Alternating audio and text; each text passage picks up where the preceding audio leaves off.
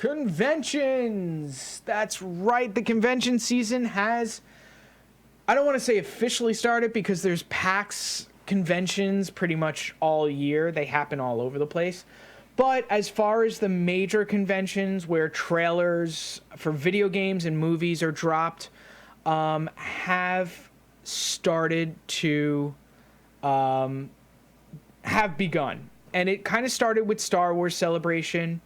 This summer we have San Diego. In a couple of weeks we have actually I have the schedule here, so instead of trying to think about it, oh great, fake news, wonderful. So Star Wars Celebration just passed. BookCon, which is basically a book convention filled with authors and the like, is happening in early June. The next big one, though, that will most likely be streamed is E3. E3 is the major video game convention that happens every year. However, because the companies are getting bigger and they want to kind of do their own thing, much like the movie entities. A lot of the announcements are coming at their own conventions. For instance, the Nintendo Switch. Nintendo released it on their own time. They didn't wait till mid-June when E3 comes out to announce and release the Nintendo Switch. They did it at their own press conference, their own keynote, so on and so forth. Now at E3, you are going to kind of get some major announcements from Microsoft. We already got the specs for Project Scorpio, which is their next-gen console. PlayStation 4, Sony announced that they had the PlayStation 4 Pro, which already came out. So not really too sure if they've got something else up their sleeve for E3. But definitely a lot of things that we want to see happen. Maybe new games. We already know that Call of Duty, there's going to be a new World War II one. Mario Kart, maybe some more games for the Nintendo Switch will be announced. Maybe some of the games that were announced at the PlayStation's own keynote, like Days Gone, like Stranded Tidings or Tide Strandings. Wow, I don't remember what that one was. Anyway, it's got Norman Reedus naked holding a baby. That game that's coming out, maybe we want to see more footage of that kind of stuff. FIFA will have more, there'll be more EA games that are coming out, but this is the big kahuna. Star Wars Celebration, we had Battlefront 2 announced. We had The Last Jedi. Battlefront 2 will be shown more at E3.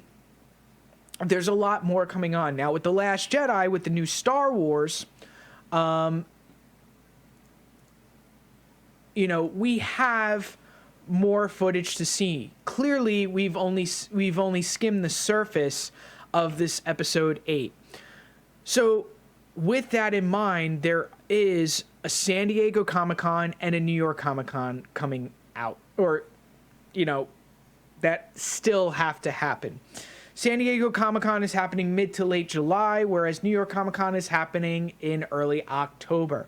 So if those things are happening now, or happening at those times, those are pretty good seasons and pretty good scheduled events for another trailer to come out. Or, as they like to do, they like to release like behind the scenes footage type thing, like J.J. Abrams did, and the Rogue One cast did. They released like this behind the scenes kind of montage of all the greats and all that kind of stuff, and it was really cool to see some of that. And there was some new footage with it. So, oh, by the way, Crit Camp, I don't know if you could see what I'm drinking. Oh, gotta do this. Yeah, there you go. That's how you do camera work right there.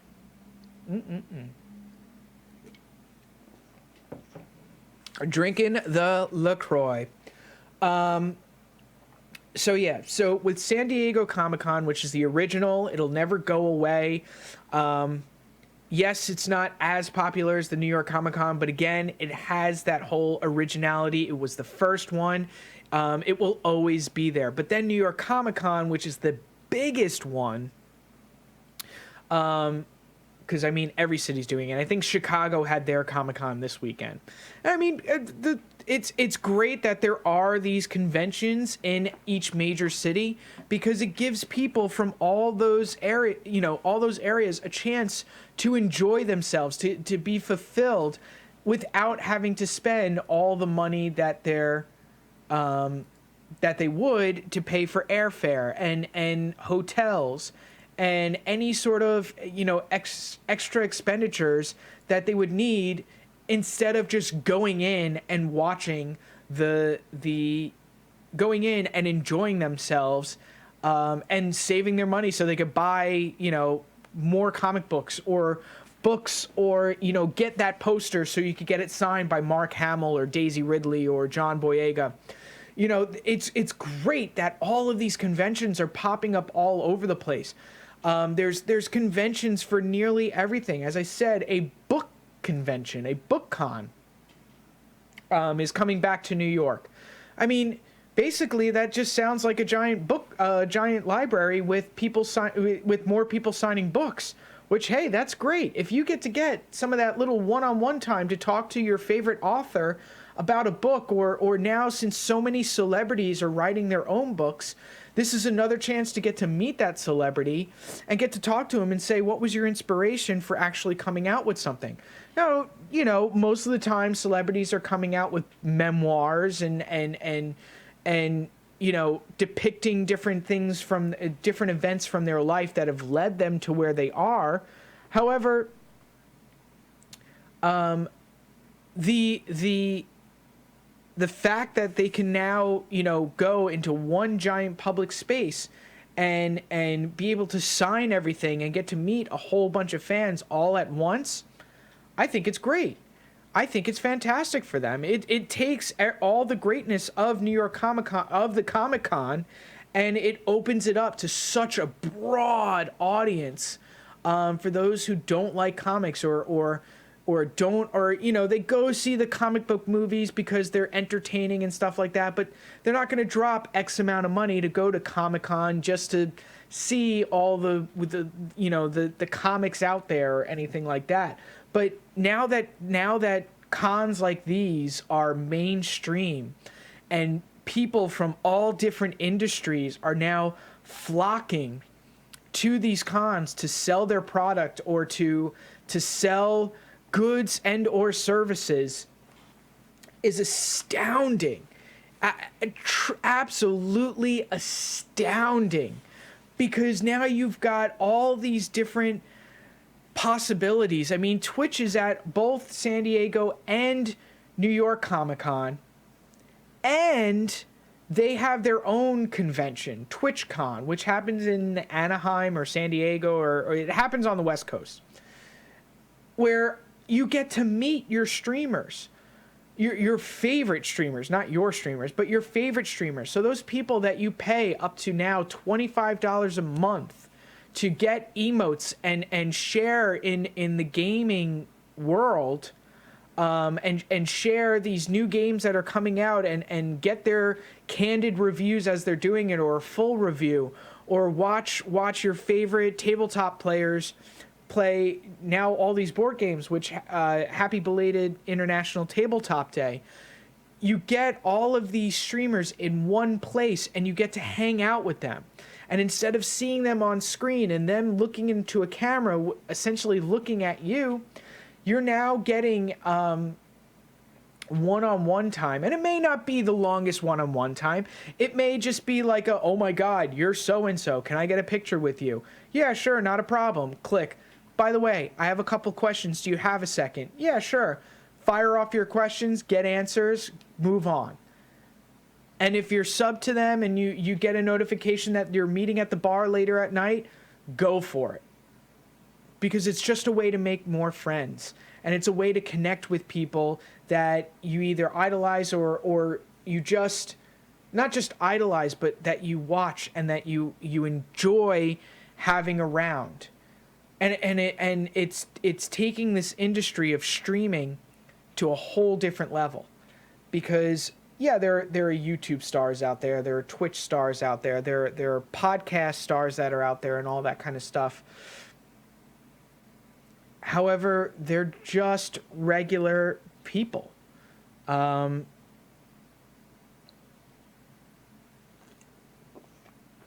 You know, they're regular people who just enjoy playing video games, who enjoy talking topics they enjoy. And that's a great thing. I wear the same thing to New York's Comic-Con for the past 2 years. I'll most likely wear it a third time. You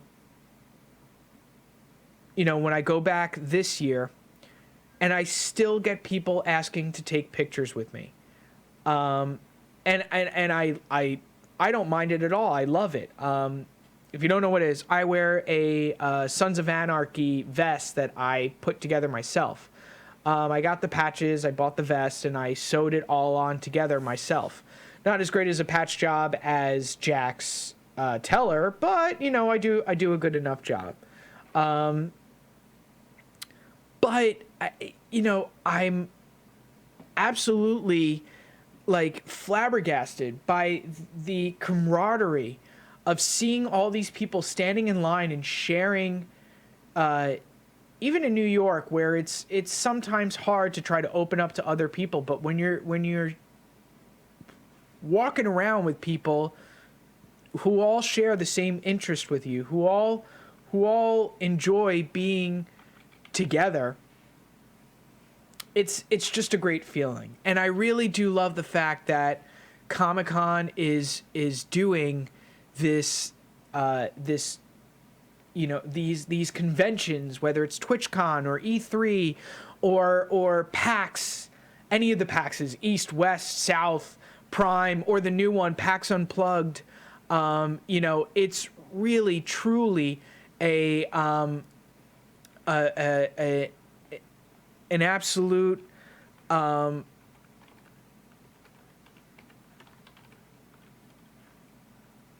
it's a lot of fun to try to be there and do it, and even expanding to a bigger, broader audience by live streaming it on YouTube or Twitch or wherever. It's amazing, because now an even broader audience can go. I don't have the money, nor do I have the time to take off from work to go to Star Wars Celebration. All right? But I can watch it for free on YouTube. Okay, that's fine. And, you know, I enjoyed it just as much as if I was probably there. I mean, if I was there, yeah, I'd enjoyed it a lot more. But, you know, I'd enjoy it a lot more. However, I was stuck with whatever I had. And what I had was just YouTube and a love for Star Wars. And that's pretty much what kept me grounded. However, you know, there are some times at these cons where people who attend get a little bit of a surprise here or there. They get to watch some extra footage or something like that. You know, a couple of years ago, even Suicide Squad and Batman v Superman, people got to actually see the trailers, whereas people who were watching it online, were watching the panels online, they didn't get to see anything. But I think nowadays it's better if they just show the whole thing to everybody. And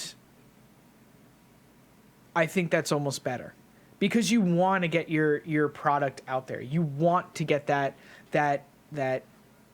trailer out there and all that kind of stuff. And I get the allure of paying back to those who paid all this money to come here and all that kind of stuff. I get it. It's exactly what you kind of want to be. But at the same time, it's you know, it's almost better to open it up to the larger audiences. And I remember last year when I was talking about San Diego Comic-Con, DC had won over Marvel because they released the trailers for Justice League and Wonder Woman to everyone, publicly, to people on YouTube, to people in the convention center, whereas Marvel just showed the trailers to, I think it was Doctor Strange and Spider-Man and stuff like that. Or Guardians of the Galaxy. It was Guardians of the Galaxy. They only showed it to a couple of people, and it really didn't, it didn't sit well with the broader audience because DC had done what they've done. So it's great that people get a different, it's great to kind of differentiate the people that actually attend to the people who are just watching it for free. But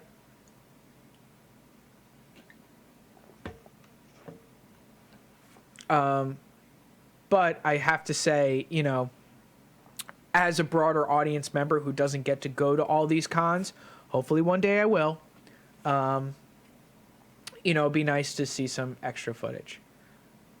So, and that runs into the whole spoiler thing too. For those who have seen the footage in the convention center, they're told to put their phones away and security nowadays does sweeps up and down the aisle while people are putting their phones away so they don't take footage of what's being shown, so they don't post it on social media.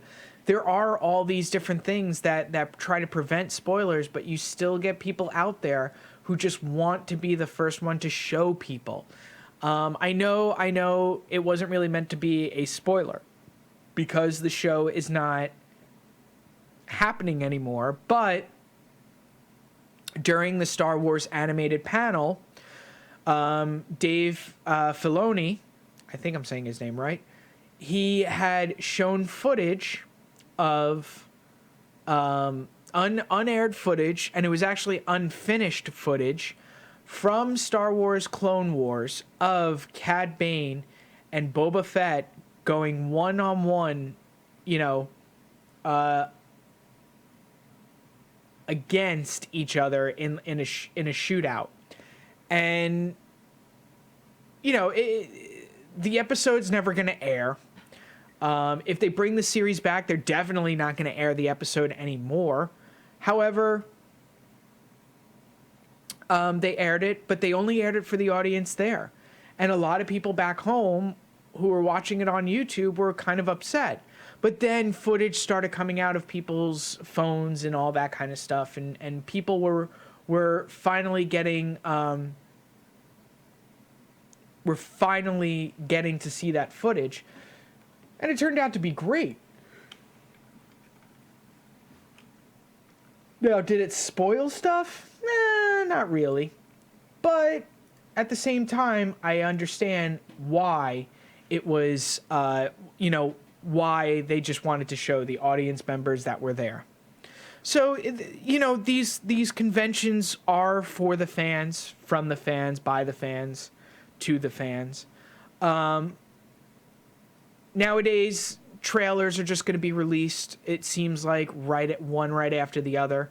As soon as the trailers were released in the convention hall, it'll most likely be released to the audiences right after. I know when Suicide Squad, they aired the footage, but because leaked footage had come out, David Ayers was finally like, fine, if you guys want to leak my footage, here's the full footage. And that's what they released. That's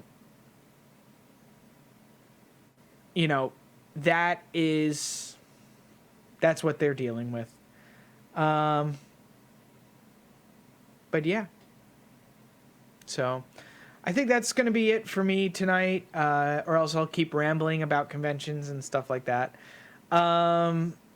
Wednesday, I'll see if I could go back on. I'm sorry for this past Wednesday for not being on. I know I was hyping up the show and I had it on Twitter and all that stuff. It wasn't that I it wasn't that I forgot that I was still advertising it. It was at the very last minute I got pulled in to stay late at work, and I was trying to see if I could, like, push it. But by the time I got home, I would have been maybe an hour and a half late. And that would have been unfair to the people who do watch on the live stream, but also to the, to my loved ones and all that sort of stuff. So there are a lot of things happening in real life, on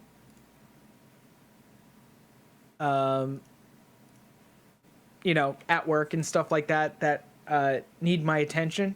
So there might be some of these, regretfully, there might be some of these, last minute cancellations because I have to stay late. I hope it's not too often. If it does become too often on one certain day, maybe I'll try to find something else out to go there. Keep watching the movies that you like to watch. Keep enjoying the things that you like to do.